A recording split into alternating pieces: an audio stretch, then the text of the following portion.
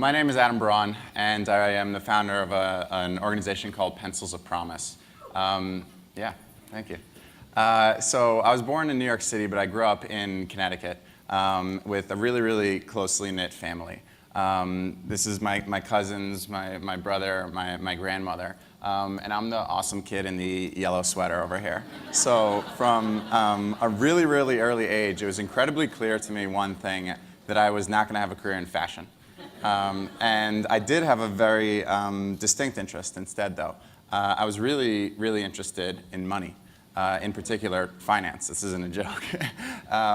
Finance, I was really, really drawn by. My mother was an orthodontist, my father was a dentist, but most of the people in the community where I grew up were bankers that were going back and forth between Connecticut and New York City, either on Wall Street or running companies. And so I was really, really fascinated by how money flowed, how Wall Street worked.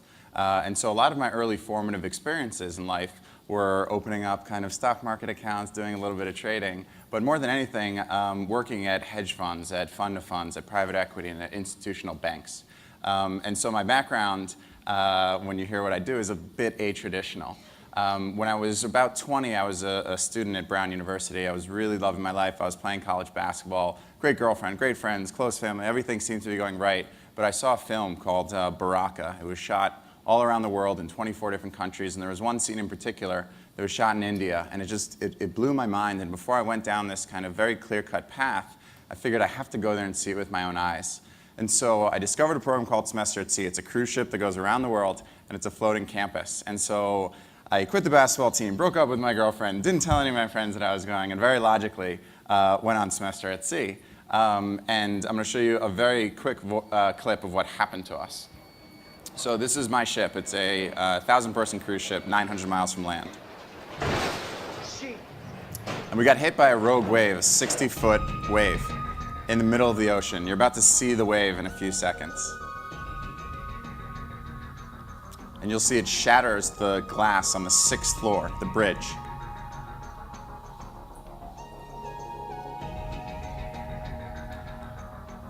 And it flooded the area where all the navigational equipment was, and by the time the Coast Guard got to us, we had no power, and I was on this boat. Again, I was there. You guys don't have to freak out. This wasn't real.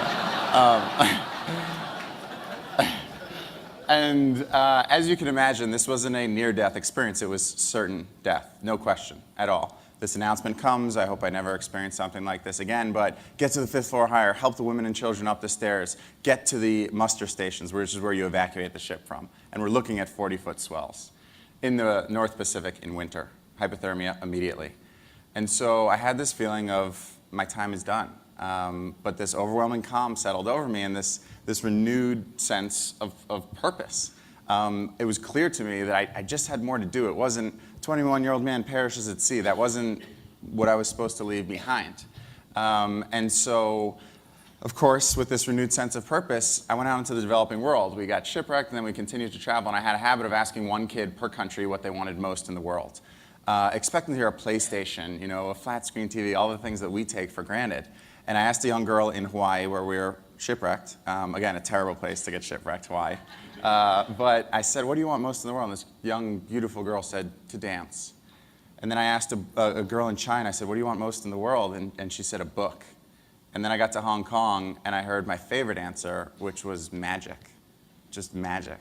And by the time I got to India, the reason I went on this trip, the kind of karmic compulsion to go in the first place, I asked this boy begging on the streets where the poverty is overwhelming, and you can't give money because it perpetuates this kind of cycle of begging, and you know, candy works really well, but as I mentioned, my mother's an orthodontist and my father's a dentist, and so it's like they would be very upset with me. And I said, what do you want most in the world, to this young boy?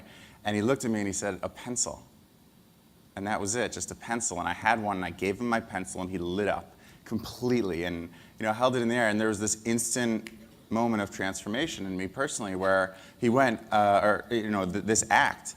Two things happened. One, I realized the incredible power of education in the hands of locals, not just us as Westerners kind of imparting our ideals onto others, but the pencil as a tool for empowerment. And then secondly, even as a young person, I could actually help somebody in a meaningful way. It wasn't just about, you know, the select few. The creation of good is a space that should be accessible to all. And so I continued to travel the world, passing out pens and pencils that fostered dialogues around education. And I came back 21 years old, a man on fire. And I wanted to change the world, and I wanted to help try and build one school.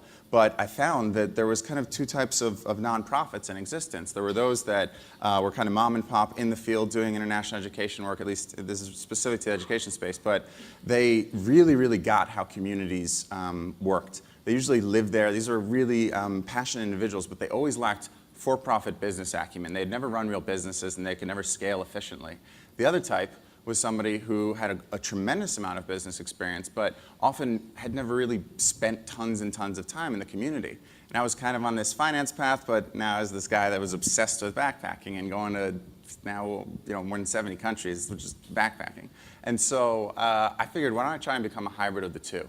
So I went through interviews with investment banks and management consulting firms and private equity, and was really fortunate to land a job at Bain & Company. And I spent a few years working at Bain in management consulting, and just as my friends started to leave to go to Harvard Business School and Wharton and Stanford GSB and Blackstone and KK, all these places that you guys know well, I did something that my parents weren't really, really happy about. I decided to start a nonprofit that was driven by for-profit business principles with kind of this nonprofit set of ideals. And so I really believe this: big dreams start with small and reasonable acts. And I was about to turn 25, I was 24.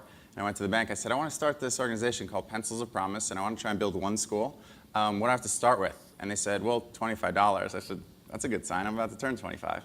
So I put $25 into a bank account, this is the actual deposit, and asked my friends to come to a birthday party. I was Mark Zuckerberg's year in college. I was at Brown in the sophomore class when he launched it as a sophomore at Harvard, and so I was probably one of the first 5,000 people on what is now 700 or 800 million, whatever the number is now. And so all my friends were on it. It was the way that we conversed with one another. So I sent out a Facebook invite. I said, give $20 at the door. Every dollar is going to Pencils of Promise. And we basically found any excuse to throw a small event for young professionals in New York City. And in our first 2 years, 98% of the donations that we received were in amounts of $100 or less from young people. Okay? This is a very, very atraditional approach to starting a nonprofit. And every person said to me, it's impossible. Can't be done. Completely impossible. You need your pillars.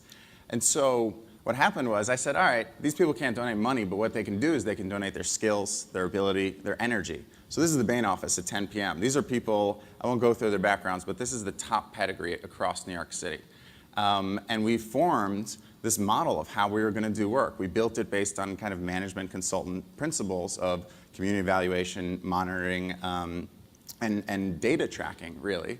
And not just having kind of this compassion, but backing it up with a sense of true sustainability. And so, then we sent people into the field. And we took these beautiful pictures, and we GPS located everything.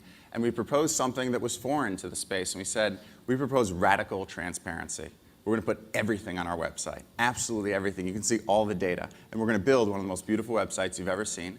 And so we literally just started sharing pictures like this. There's a big bend on empowerment of girls in the developing world, and we really focus on that within our programs. So we're going to show you the girls that are sprinting to school now because of your $20 contribution, your $25, in this one's in Guatemala. And so I started with this kind of humble ambition to build one school just under 3 years ago. And so in a few weeks, we'll turn 3 years old. So kind of what's happened. One, we've broken ground on more than 40 schools across Laos, Nicaragua, and Guatemala. 2, we've built up the largest social media following out of any nonprofit started in the last 4 years. And 3, we've delivered more than 1 million educational hours in the developing world. So, thank you.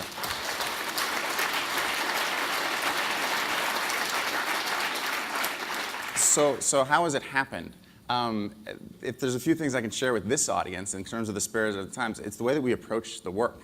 We're not a nonprofit, okay, at all. That's an oxymoron of a term. We're a for-purpose. We want to make massive profits, but we're more driven by our purpose than our profits. And I really believe in this notion that there's change coming. There was this angry for-profit space and this doe-eyed kind of for-purpose space. But there's this emerging change that's happening where the for-profits are actually creating a lot of good through cause marketing, through just different initiatives, CSR, et cetera. What I think is coming is the for-purpose space is actually going to start treating itself more like the for-profit space, and the intersection I call profitable purpose. Okay? This is kind of a new term that I'm hopefully going to start projecting out there. That's what I think is the future. And how does that happen? 5 really, really kind of simple steps, but again, somewhat atraditional. 1, you find your revolution. You know, I was really inspired by the Rolling Stones and Bob Dylan and all these other individuals who, they created a revolution within people, but it started within themselves. And I really believe this. Every person is a revolution within themselves waiting to happen. Okay, so find your revolution. You find what you love most. That's the first step. Second, you speak the language of the person you want to become. If you run a company and you have an interest in actually using your company to build true social change, you just speak it, and then the universal energy of the world conspires to make it happen. Third, you embrace the late sleepless nights. I mean, this stuff doesn't happen easily. People say, how'd you build up hundreds of thousands of followers? Well, I spent a lot of time in front of a computer. That's how it happened. I mean, we spend our time in the middle of the night dreaming up concepts that I think only occur in this kind of weird state of liminality when the rest of the world is at rest and we're still dreaming, but we're kind of doing it while we're awake. Fourth is you seek out the impossible ones. I'm not a realist. I see no point in being a realist and a pragmatist. I think of myself not even as an idealist. I'm an impossibilist. I believe in things that are utterly, utterly impossible. We built 40 schools in 3 years. We now really believe that we can build more than 100 by the end of next year, but it starts with individuals who believe in the impossible. There's a 13-year-old girl, her name is Katrina Davies in New York City, who just raised $27,000 a few months ago. Better than that, she made me a friendship bracelet at camp and gave it to me, okay? This girl's incredible. But it cost us at this point $25,000 to build a classroom and sustain it with a community's involvement and true investment throughout. So that means all we have to do is find 60 impossible ones. I mean, just by a show of hands, just curious, how many people believe that they are an impossible one within this room, that they can actually achieve something that is impossible, utterly, utterly impossible? I would hope so. I mean, this is Google, right? And so the last thing that I'll leave you with is there's this concept that I really believe in called GTS. I think it's something that the millennial generation in particular has really adopted. Countless people really believe in this. GTS, I think, is the way that you can not only access, but actually find the exact path through which that change can be made. I really encourage all of you to practice it. GTS. When you can't figure out what to do, Google that shit. Thank you so much. Our footprint awaits.